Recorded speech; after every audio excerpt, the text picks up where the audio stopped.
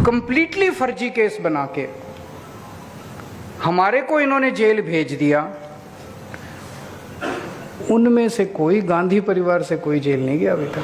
पूरा 2014 का चुनाव ये दामाद जी के नाम से जीते थे। जीजा जी के नाम से जीते थे। अब कोई वही नहीं है। 2G केस बंद हो गया, कोयला घोटाला बंद हो गया, केस ही बंद हो गए।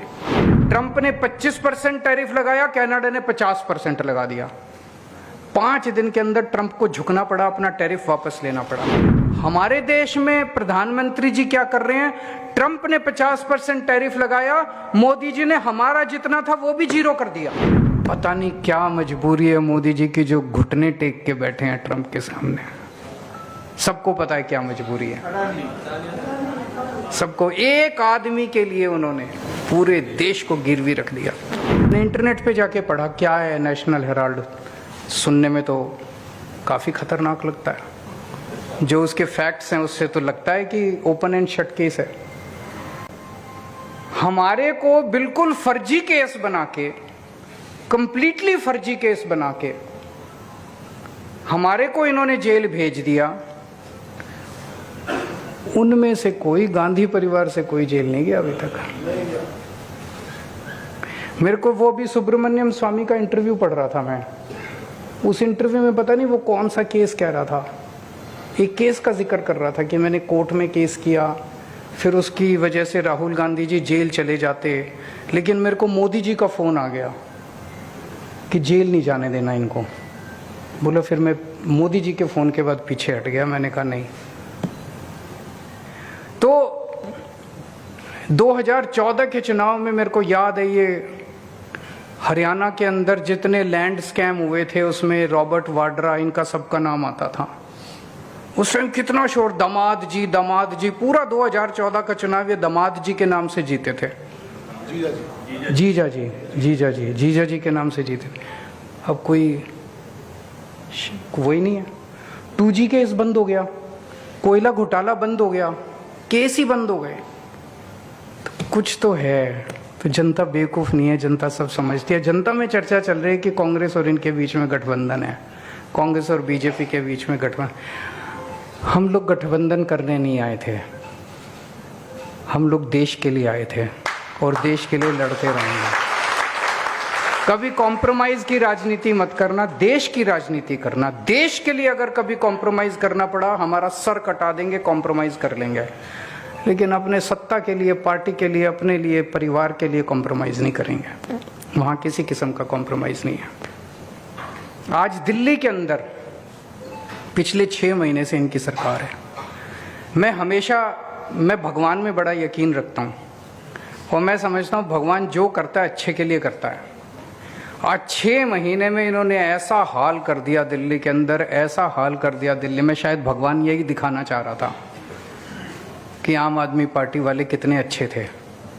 आज जनता याद कर रही है कि नहीं कर रही है? जनता याद कर रही है। मेरे पास अलग अलग लोग आते रहते हैं, काफ़ी लोग आते हैं, मैं सबसे मिलता हूँ। कोई कहता है जी आज चुनाव हो जाए तो 60 से ज़्यादा सीट आएगी, कोई कहता है जी 65 से, कोई कहता है जी 70 की 70 सीट आएगी आज अगर चुनाव हो जाए तो। इन्होंने क्या नहीं मतलब बिजली 10 साल से बिजली नहीं गई थी कि एक भी इलाके में। सारे इन्वर्टर वालों की दुकानें खुश हो गई थी, उन्होंने दोबारा दुकानें खुलवा दी सबकी। इतनी बिजली। मैं लुटियन दिल्ली में रहता हूँ, जो कि बिल्कुल प्राइम एरिया है। प्रधानमंत्री का घर थोड़ी सी दूर, राष्ट्रपति भवन थोड़ी सी दूर। मेरे घर रोज 5-5 बार लाइट जाती है, कभी आधे घंटे के लिए, कभी 1 घंटे के लिए, कभी। बाकी दिल्ली का तो क्या हाल है। पूरी दिल्ली में बिजली जा रही है। बच्चों की फीस बढ़ गई, प्राइवेट स्कूल के अंदर इतनी बच्चों की फीस बढ़ गई, सड़कें टूटी पड़ी है। एक बारिश में पूरी दिल्ली का बुरा हाल हो जाता है। सीवर जाम पड़े हैं, जहां पानी भिजवाया था वहां पानी नहीं आ रहा। अब लोगों का बहुत बुरा हाल हो गया। झुग्गियां तोड़ रहे हैं, चारों तरफ झुग्गियां तोड़ रहे हैं। रेडी वालों को, गरीबों का तो जीना हराम कर दिया इन लोगों ने। तो दोस्तों, जो 15 साल में कांग्रेस का हाल हुआ था और जब हमारी सरकार बनी थी उस टाइम लोगों ने कहा था कांग्रेस को हटाना है। आज इन्होंने 6 महीने के अंदर दिल्ली का वो हाल कर दिया। लेकिन अब 5 साल बाद ही जनता को मौका मिलेगा इन लोगों को हटाने का। और पूरे देश का इन्होंने बुरा हाल कर दिया। अब तो ये ऑपरेशन सिंदूर के बाद और अब ये जो 50% टैरिफ लगाया, आज ही मैंने प्रेस कॉन्फ्रेंस की थी, पता नहीं आप में से कितने लोगों ने देखा। जो लूट चला रखी है ना टैरिफ के नाम के ऊपर, इन्हीं की कंपनियां लूट कर रही है पूरे। मैं आपको एक देने वाला, अब बड़ा इंटरेस्टिंग है भाई, एक तरफ तो अमेरिका ने 50% टैरिफ लगा दिया हमारे ऊपर, उसकी वजह से हमारे देश में बहुत सारा जितना एक्सपोर्ट था वो सारा एक्सपोर्ट बंद हो गया, कंपनियां बंद हो जाएंगी, टेक्सटाइल की कंपनियां, ज्वेलरी की कंपनियां, जेम्स की कंपनियां, बहुत सारी कंपनियां बंद हो जाएंगी, लाखों लोग बेरोजगार हो जाएंगे। कनाडा पे टैरिफ लगाया, कनाडा ने क्या किया?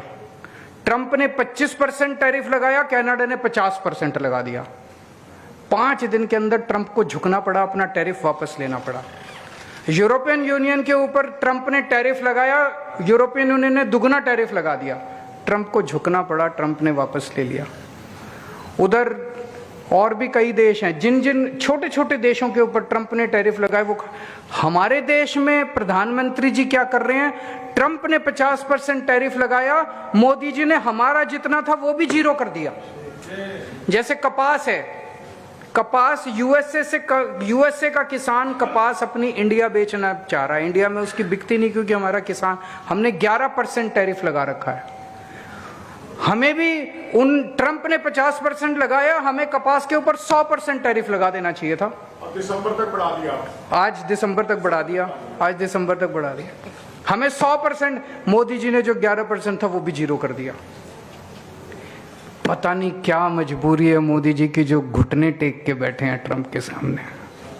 सबको पता है क्या मजबूरी है, सबको। एक आदमी के लिए उन्होंने पूरे देश को गिरवी रख दिया, एक आदमी के लिए पूरे देश को। तो मुझे लगता है इनके नंबर अब गिने चुने कुछ दिन के मेहमान हैं ये लोग, पूरा देश देख रहा है, और ये ऐसी अपनी दुर्गति बना के जाएंगे कि पूरे देश के अंदर काले अक्षरों से इन लोगों का नाम लिखा जाएगा। आप लोगों से मेरा एक ही निवेदन है, जनता के बीच में रहो। आने वाले समय में मेरे को पता चला ये बिजली की सब्सिडी भी खत्म करने जा रहे हैं।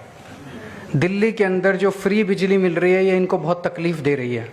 बिजली की सब्सिडी खत्म करने जा रहे हैं, फ्री बिजली बंद करने जा रहे हैं। जनता के बीच में रहो, जनता के सुख दुख में काम आओ, बस यही करते रहो। अभी भगवान ने आपको यही संदेश दिया है कि जब तक अगला चुनाव नहीं होता, अगले चुनाव में फिर आपको गवर्नेंस का मौका मिलेगा, तब तक जनता के बीच में रह के जनता के बीच में आप लोग काम करते रहें। समय समय पे हम इस तरह की मीटिंग्स करते रहेंगे, मुलाकात करते रहेंगे, एक दूसरे से मिलते रहेंगे। बहुत बहुत शुक्रिया।